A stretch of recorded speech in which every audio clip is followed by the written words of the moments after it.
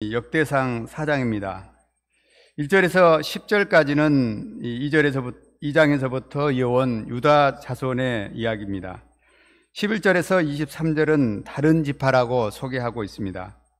그러나 가나안 정탐 때 유다 지파 대표로 나온 갈렙이 들어있는 것을 보면 유다 자손의 일부인 것으로 보입니다. 24절에서 43절은 시므이 자손이 나옵니다. 1절에서 10절까지 약 40여 명의 이름들이 나옵니다. 한두 명 빼고는 모두가 생소한 이름입니다. 1절을 보십시오. 유다의 아들들은 베레스와 헤스론과 갈미와 훌과 소볼이라. 베레스는 창세기 38장에서 다말이 시아버지와의 관계에서 낳은 아들입니다. 헤스론은 베레스의 아들입니다. 1절 하반절에 훌이 나옵니다. 이 반가운 이름입니다. 출애굽기 17장에서 모세가 여호수아를 아말렉 전쟁에 내보내고 산 꼭대기에 올라가 손을 올리고 기도할 때 모세의 팔을 부축해서 이스라엘이 승리하는 데 기여한 기도의 동역자입니다. 2절에서 8절까지는 거의 아는 이름이 없습니다. 그런데 3절에 메제 하술렐 보니아라는 독특한 소개가 있습니다. 역대상에만 유일하게 메제를 소개하는 곳이 4군데가 나옵니다. 3장 19절에 스룹바벨의 아들 하나냐와 그의 메제 슬로밋이 소개되고 있습니다. 7장에도 2군데가 더 소개되고 있습니다. 메제는 동생의 남편입니다. 이연아 목동님도 아마 남편을 인도할 하모뉴 목자님을 메제 하모뉴 목자님하고 가는 곳마다 자랑스럽게 소개할 것 같습니다. 9절에서 10절은 유명한 야베스라는 사람이 나옵니다. 한때 야베스의 기도가 유명할 때가 있었습니다. 찬송이 있었고 설교가 있었습니다. 저는 3년 전에 야베스를 처음 알게 되었습니다. 역대상은 읽어보았지만 기억이 나지 않았습니다. 검색해 보았더니 역대상 4장 9절 10절에 아주 짧게 소개되어 있었습니다. 그의 기도 제목은 지역을 넓혀주세요. 한난에서 벗어나 근심이 없게 해주세요. 우리가 하는 기도와 별반 다르지 않았습니다. 그래서 기억이 나지 않았습니다. 그런데 9절에서 야베스는 그의 형제보다 귀중한 자라고 소개하고 있습니다. 이전 버전에는 야베스는 그의 형제보다 존귀한 자라고 소개하고 있습니다. 성경에서 존귀한 자라고 소개하는 사람이 몇 명 안 됩니다. 사무엘상 22장 14절에 아히멜렉 제사장이 사울 앞에서 다윗을 그는 왕의 사이도 되고 왕의 호위제장도 되고 왕실에서 존귀한 자가 아니니까 하며 다윗왕을 소개하는 것이 나옵니다. 야베스가 다윗왕급으로 소개된 것이라 생각됩니다. 그의 기도가 모세처럼 대세상적인 기도이거나 히스기야 기도처럼 드라마틱한 기도가 아닙니다. 그런데 하나님은 야베스를 존귀한 자로 여기십니다. 그것은 하나님을 찾지 않는 그 시대에 하나님을 인정하고 그에게 나와 기도한 야베스를 하나님께서 특별하게 귀하게 여긴 것입니다. 엊그제 에레미야서 24장 7절 양식 말씀에서 여호와인 줄 아는 마음을 가진 자를 하나님은 좋은 무화과 나무라고 말씀하셨습니다. 하나님은 당신을 여호와로 인정하는 자를 좋은 나무, 존귀한 자로 여기시는 것입니다. 저희가 본 말씀을 통해서 하나님을 인정하고 그에게 나와 기도한 야베스를 배우길 기도합니다. 야베스처럼 하나님께 존귀한 자로 인정받는 기도의 사람들이 되기를 기도합니다. 9절을 다 함께 읽어보겠습니다. 야베스는 그의 형제보다 귀중한 자라. 그의 어머니가 이름하여 이르되 야베스라 하였으니 이는 내가 수고로이 낳았다 함이었더라. 야베스는 그의 형제보다 귀중한 자라고 소개는 하고 있지만 그의 이름을 보면 별로 귀중해 보이지 않습니다. 야베스란 이름은 수고로이 낳았다, 고통 중에 낳았다는 뜻을 가졌습니다. 어머니가 얼마나 힘들게 낳았으면 이런 이름을 지었을까 하는 짠한 마음이 들긴 합니다. 지난주 성탄 2강 말씀에서 엘리사벳도 노년에 아들을 낳았습니다. 노년에 애를 낳았으니 얼마나 산통이 컸겠습니까? 그렇지만 아들 이름은 요한은 은혜로우시다 뜻을 가진 요한으로 지었습니다. 제 동역자 브루스겔라 목자도 30대 중반에 하은이를 낳다가 죽는 줄 알았다고 말하곤 합니다. 장항대덕중학교에서 근무하다 넘어져 양수가 터지자 버스를 타고 강주 기독교병원까지 와서 10시간 넘는 진통을 하다 마른 아이를 낳았다고 하였습니다.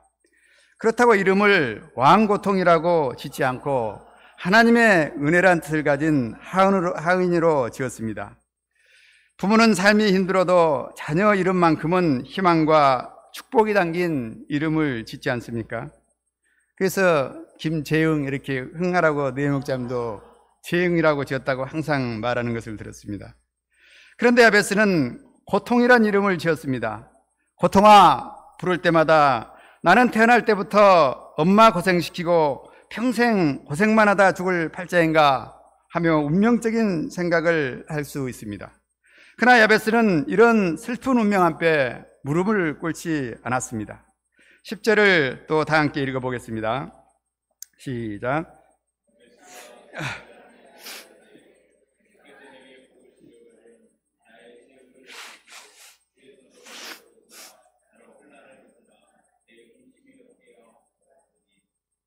그가 구한 것을 허락하였다.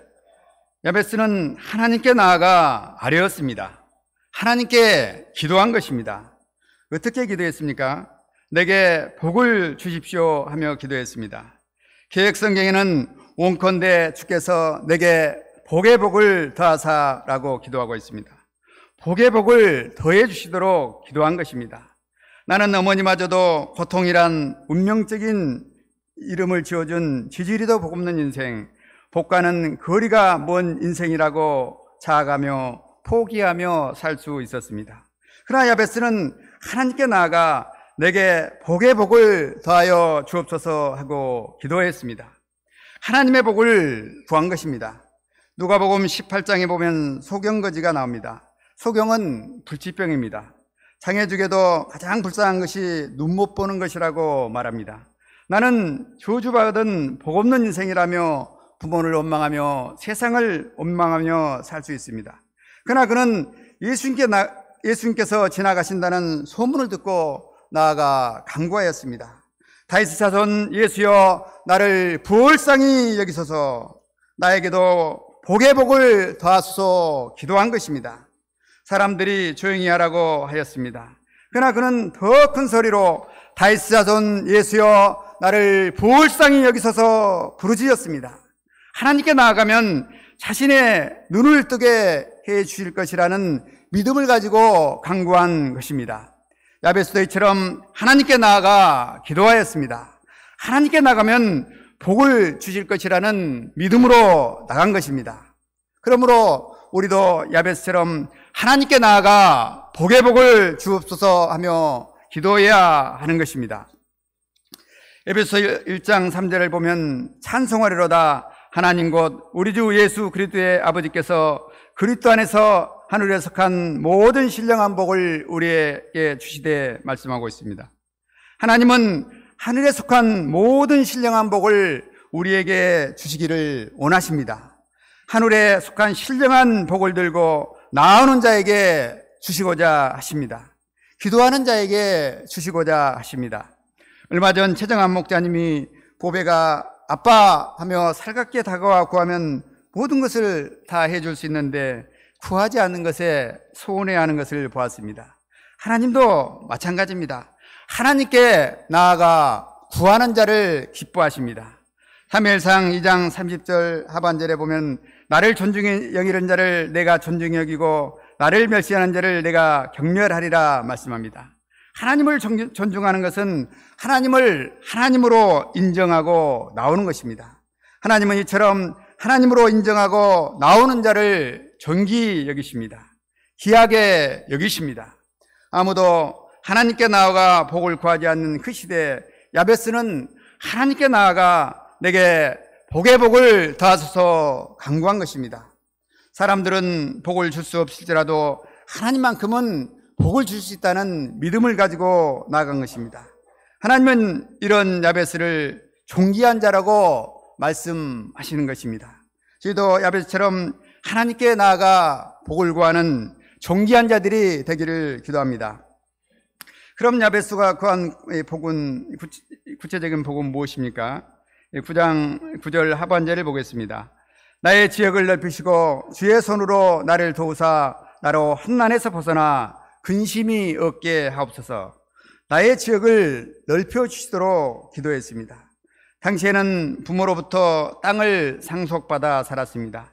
상속받은 땅이 적은 사람은 배고픈 인생을 살아야 했습니다. 땅이 없는 야베스는 배불리 쌀밥 한 그릇 먹는 것이 아마 소원이었을지 모릅니다. 그래서 나의 지역을 넓혀주세요, 나의 월급을 올려주세요 기도한 것입니다. 너무나 세상적인 기도처럼 보입니다. 이 어린 자녀들은 부모에게 나아가 구할 때 자기들이 필요한 것을 가감없이 꾸밈없이 구하는 것을 봅니다. 야베스도 이처럼 하나님께 자기가 필요한 것을 가감없이 구하였습니다. 하나님, 지역을 넓혀 주옵소서. 저희도 하나님께 나아가 필요한 것을 구해야 합니다. 직장을 주십시오, 동역자를 주십시오, 건강을 주십시오, 지혜를 주십시오, 양을 주십시오 구해야 하는 것입니다. 예수님께서도 우리에게 일용할 양식을 위해서 기도하라고 말씀하지 않았습니까? 야베스는 또한 환난에서 벗어나 근심이 없게 해주시도록 기도했습니다. 근심을 없애게 달라고 기도한 것입니다. 사무엘상 1장에 한나가 나옵니다. 그는 애 낳지 못한 문제로 근심이 많았습니다. 그의 남편 엘가라의 위로도 위로가 되지 않았습니다. 근심이 사라지지 않았습니다. 한나는 하나님께 나아가 자신의 근심을 토로하며 근심을 없애달라고 기도했습니다. 이럴 때 하나님은 그녀의 근심을 없애주셨습니다.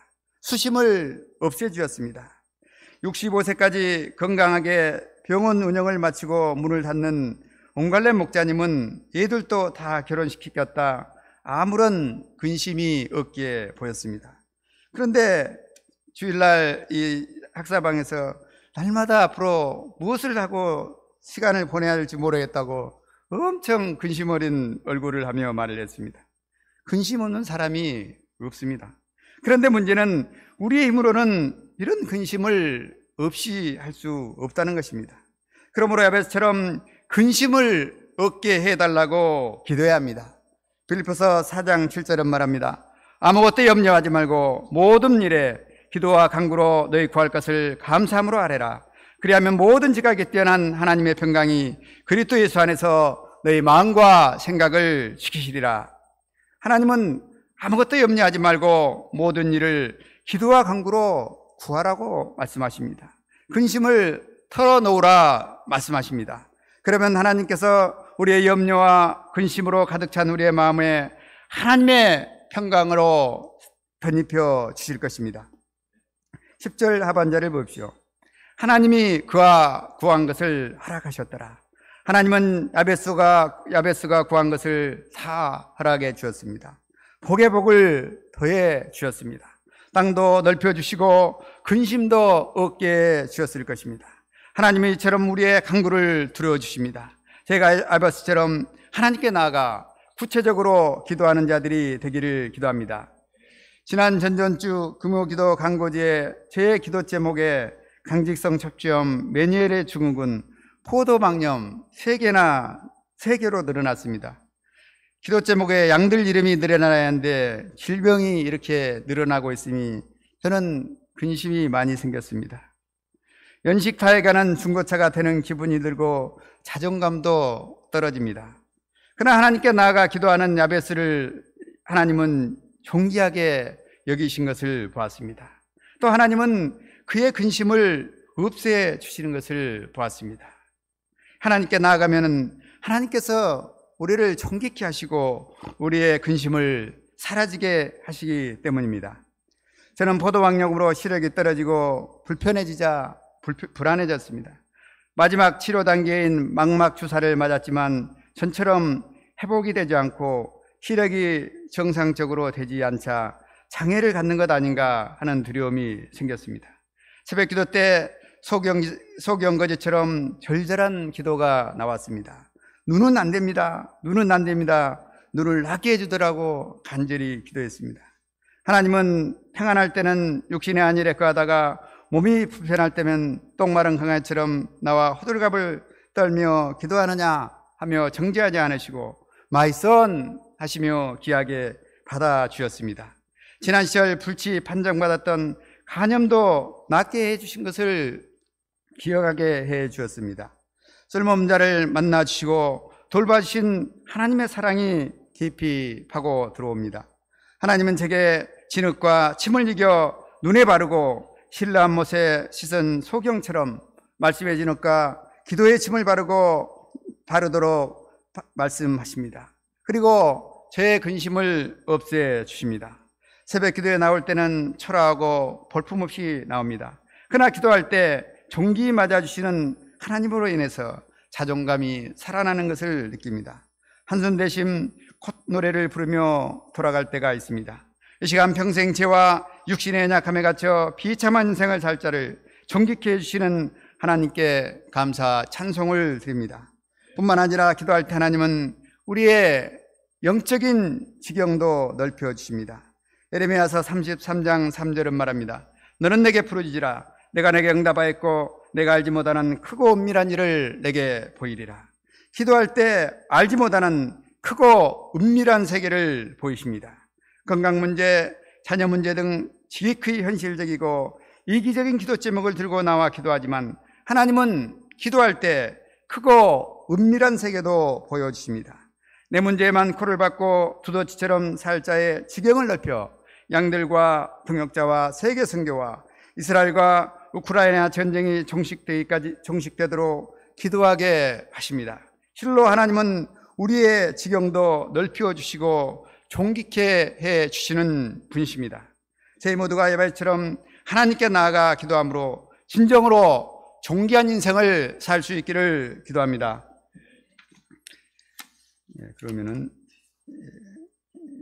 9절 읽고 제가 기도하고 마치겠습니다. 시작. 야베스는 그의 형제보다 귀중한 자라. 그의 어머니가 이름하여 야베스라 하였으니 이런 내가 수고로이 낳았다 하미로. 감사하신 하나님 아버지, 죄와 사망 가운데 갇혀 추하고 천박한 인생을 살 자들을 하나님께서 하나님께 나올 때 귀하게 여기시고 존귀케 여기심을 감사합니다. 또 자기 문제에만 코박고 살 자들을 하나님께서 지경을 넓혀 다른 사람을 돕고 기도하는 인생으로 축복해서 감사합니다. 이 은혜를 감사하며 주님께 영광을 돌리는 삶을 살게 도우시고 기도하는 삶을 살게 도우시기를 간절히 기도합니다. 예수님 이름으로 기도했습니다.